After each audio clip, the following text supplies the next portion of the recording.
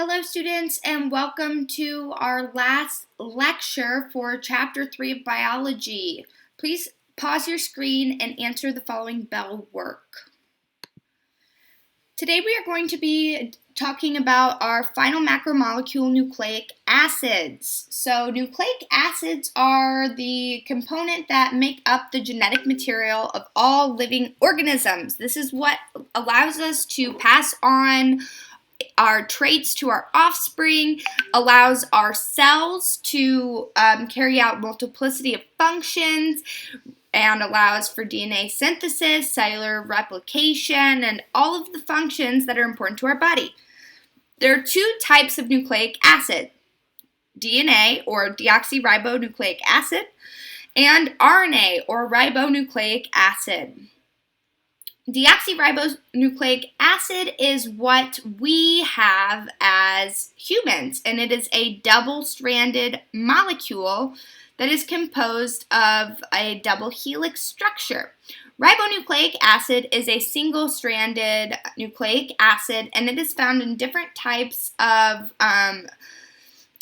other species, and we also use RNA in humans to help us during translation. The location of nucleic acids is in the nucleus of eukaryotic cells, in the mitochondria. Those are specific to eukaryotic cells, and chloroplasts in plant cells, and they are also within prokaryotic cells, and prokaryotic cells are not enclosed by a membrane, so it is not within the membrane. It's a non-membrane bound type of organelle. DNA and RNA have the monomers known as nucleotides. Now, this can be confusing to have nucleotides consisting of nucleic acids. People will frequently mix those up. So one way that I like to remember that nucleotides is the monomer of nucleic acids is that you have many different tidal waves or nucleotides that make up the ocean. And you can think of the ocean as a nucleic acid, and there are many different tides or nucleotides that compose the ocean. So all nucleotides share consistently three different parts. We have a nitrogenous base, a pentose sugar, and one or more phosphate groups. So here are our nucleotides. We have the pyrimidines and the purines, which make up the two different categories of nucleotides. As you can see, they all have an N on them, which consists of their nitrogenous base. The pentose sugar, which is the carbohydrate ring, which we learned about in our carbohydrates chapter, and one or more phosphate groups, which you will see notated as a P. So these are the three parts of our DNA and RNA our DNA and RNA nucleotides, which are the monomer subunit of nucleic acids. Okay, nucleic acids. The sugar and phosphate of separate nucleotides linked together in phosphodiester bonds, and these form the polymer of nucleic acids. Nitrogenous bases are stacked on the inside, and the strands of the helix run in opposite directions. Each base from one strand interacts via hydrogen bonding with the base from the opposing strand. So this is what gives our DNA the double helix structure. You can see this better depicted here. The hydrogen bonds that we were speaking about are the bonds between the hydrogen and the nitrate of thymine and adenine, and the hydrogen bond between the hydrogen and the oxygen on adenine and thymine.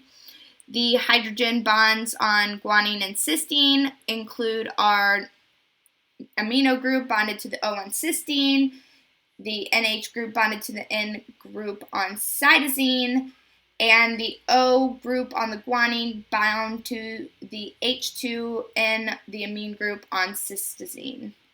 So to have A couple of things to note is that the two strands of DNA run anti-parallel.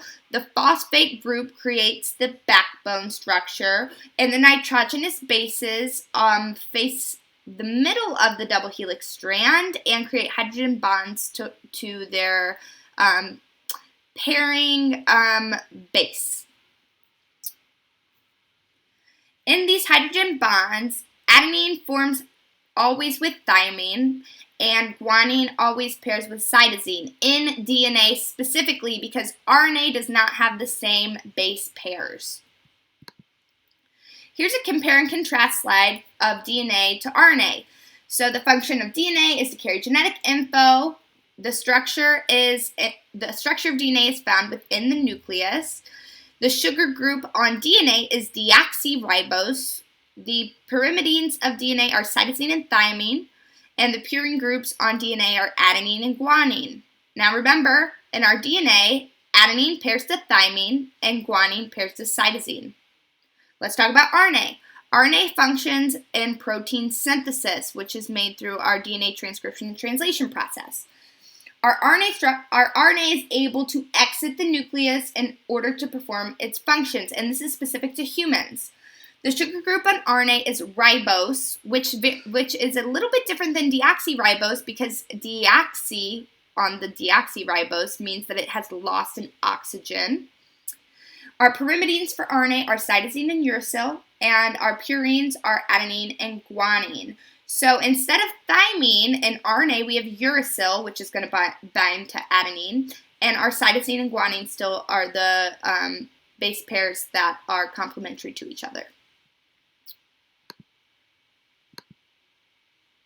One important thing, if you get nothing else out of this nucleic acid chapter, you should always know this. This will help you in all of your biology course in the future, chemistry, anatomy and physiology. Pretty much every science class relies on this information because nucleic acids are so important to life. This is how life occurs. This is how our cells are able to carry out their specific functions. And this is how we're able to make new cells and how we are able to pass on our DNA to our offspring. So the central dogma of life is that DNA becomes protein in a unidirectional manner. So DNA is transcribed into RNA, or DNA undergoes the process of transcription to become RNA. Now, DNA can be replicated and become DNA again, and that's through the process of DNA synthesis. So that's different than creating proteins.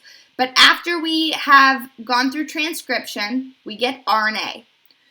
Step 2 would be RNA is then translated into proteins. And these proteins are the same proteins that we talked about as one of the other macromolecules of life.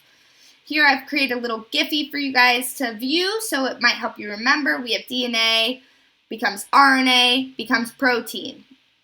That is unidirectional, and that is how we create, or we are able to synthesize different proteins that carry out different functions throughout the body. Other important notes is that DNA is double-stranded and RNA is single-stranded. And here's just a little picture to show you how DNA or protein synthesis occurs. So we will talk about this on a higher level in future chapters, but the ribosome, which is a protein found within the structure of cells on the rough endoplasmic reticulum, which we will get more into in our cell chapters, is how we are able to build these growing polypeptide chains. So we have our mRNA, which is created from the RNA strand that we received through translation, is able to bind to these certain subunits on ribosomes, and these ribosomes have another subunit that are able to read our mRNA strand that encodes for a specific protein, or amino acid rather, and remember that these amino acids will then link to form polypeptide chains, and then they will fold into specific structures to become proteins. I know this was a short lecture. This stuff is just the basics of what we need to know about nucleic acids. Follow your reading guide to understand what we really need to understand about the nucleic acids to best prepare you for the quiz that will be coming up. But if you have any questions, please reach out and stay tuned for our exit ticket. Please pause your screen to complete today's exit ticket. Have a wonderful weekend, and I will look forward to hearing from you guys soon.